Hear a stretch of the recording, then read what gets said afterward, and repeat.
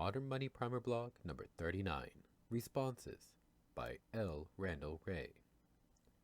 This week we continued our unplanned extension of commentary on Austrian economics. The post was featured on the homepage of NEP as well as on the Modern Money Primer. A large number of comments were provided, although few questions or comments that really needed response. There is no doubt that Austrian economics always provokes response by lovers and haters. There is almost no in between. The purpose of my blogs has almost been lost, in part my fault, because I chose to respond to comments by Austrians, especially John Carney at CNBC, and that took us somewhat far afield. Since the very first discussion group I joined, Post-Keynesian Thought, PKT, back in the early 1990s, I have found that Austrians punch way beyond their weight class when it comes to online discussion. In economics, Austrians don't amount to much more than a handful of fringe individuals. I do not say that to put them down. I'm just reporting. Indeed, Austrians want to count themselves as outsiders and find a lot of affinity with heterodox economists. Austrians, with some justification, find themselves even more excluded from normal academic discourse than do even post-Keynesians or institutionalists. In America, they probably vie with Marxist-Leninists for awards as the most fringe group. But of course, they come at things from the far right rather than from the far left. Still, some of them are recognized as great scholars. I'm thinking in particular of George Selgin, History of Private Coinage, Free Banking, and Walker Todd, History of the Fed. I count both of them as my friends, and I've learned a lot from them. That does not mean I don't disagree with them. But often Walker and I find ourselves in the midst of a conference where we not only are the odd men out, but where we substantially agree on some topic or other. A good example is the tendency of Washington to come to the rescue of thieving banksters who are destroying our economy. So what was my purpose? To argue that Austrians can safely adopt MMT. Our disagreement should be about the scope of the public purpose and the role of government in pursuit of the public purpose. I'm actually going to say a bit more about that in my next post. I've decided we need a part 4. That means I'm delaying for one more week our introduction to the job guarantee. I hope you will agree it is worth the wait, and I hope I can say something that Austrians find useful. So, on Monday, there will be one more final post on Austrians and MMT. I do not think I've yet succeeded in making my point. Love them, hate them, it's worth one more effort. Getting back to commentary, the really truly surprising thing is that given how relatively unimportant Austrians are in terms of academics or policy making, look, we all love Ron Paul, but mostly because he does not matter. He's that favorite crazy uncle who drinks a bit too much at family get-togethers and then says things we'd all like to say but never dared. Austrians dominate internet discussion groups. Here at NEP, they do not, but any blog post at, say, Naked Capitalism or even Huffington Post that hints that government might actually be able to do something useful will generate a nearly infinite number of responses challenging the blog. And while the responses are nearly 100% predictable, we still need to account for that. I'm not sure what to make of it. A large portion of the responses appear to be by professionals, paid or unpaid, I do not know, who repeat almost word for word their responses across the World Wide Web. In a very nice blog today, Pavlina Cherneva has responded to an individual who posts virtually the same response anytime the job guarantee is mentioned. So some of it is just flacking, repeatedly posting the same message and never accepting any response, always insisting on getting in the last word. Back when we had the PKT, There was a small handful of Austrians who literally killed the discussion group through such tactics. They'd post tens, dozens, hundreds of posts a day to dominate the discussion. And like whack-a-mole, new ones would always come along and start all the same old tired critiques anew just when you thought you had settled some debate. These flackers usually appear to be, at best, only marginally educated. But that helps their cause a great deal, as they can always assert a sort of moral superiority against elite academics. The same sort of argument a Glenn Beck or Rush Limbaugh makes against pointy-headed intellectuals. It works well, and wastes a lot of time, as well-meaning participants actually try to teach them a bit of economics. It is almost always a waste of time. All of this is a lead-in to tone of commentary.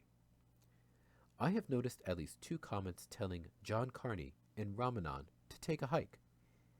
That is probably my fault. I want to be clear here. I do not want either of them to leave. I am engaging John because I think he is worth engaging. I enjoy his comments at NEP and also his posts on his own blog. Yes, I've been strong, maybe harsh, in my responses to him, but I am glad John is engaging us. And note his most recent post sided with MMT against Austrians on interest rates. Nor do I want Ramanan to leave. Yes, I am tired of his flacking. It looks awfully suspicious, predictable, insistent, and barely rising above marketing. I gladly accept any real criticism he has to offer, although I would prefer that he would make his comment and then accept a response. When he goes on and on repeating the same thing a half-dozen times on the same blog, that gets mighty tedious. But let's all try to tone it down. Telling him to go away is taking it a step too far. I will try to be more tolerant, and I hope Ramanan will try to use more self-restraint. It's hard to know which comments to respond to. Most were just comments on or extensions to things I wrote, and they do not need any response from me. A few asked about the job guarantee, but that is in the next topic. It seems that I can talk about 2 issues in a useful manner. First, there was a huge dispute about the MMT position on inside credits and debits and saving and whether we ignore it. That is to say, within the private sector, we've got individual households saving in the form of claims on other households and firms, and other households and firms going into debt, running up deficits. Our point was that at the aggregate level, that sectors inside credits and debits and surpluses and deficits and financial saving all net to 0. Add a government or foreign sector outside, and now the domestic private sector can net save in the form of net financial assets, running a surplus that consists of accumulation of financial claims on the outside sectors. What seems to have thrown some to a loop was our occasional statement that we can, for some questions, ignore all the inside saving of the domestic private sector. In that case, outside net saving, net accumulation of financial assets, equals the deficits of the outside sector. And so it is true that there are, in that context, some statements that the private sector cannot save unless the government sector or foreign sector runs deficits. Yes, in that context, we can say such a thing.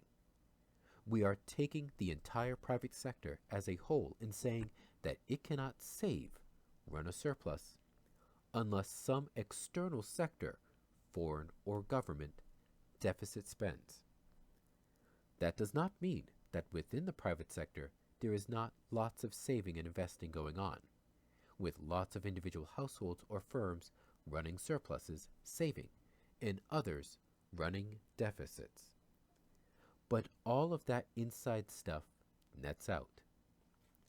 Does that mean it does not matter? No.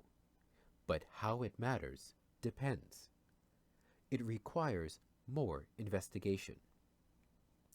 That is exactly what Godley and I did beginning in 1998. Finally, yes, there is also real saving going on, and it can occur even without money. Once we net out all financial assets, liabilities, we get down to real stuff. Does it matter? Yes. Why does MMT focus so much on money? Because it is MMT. We have never been confused about any of this. Some readers have.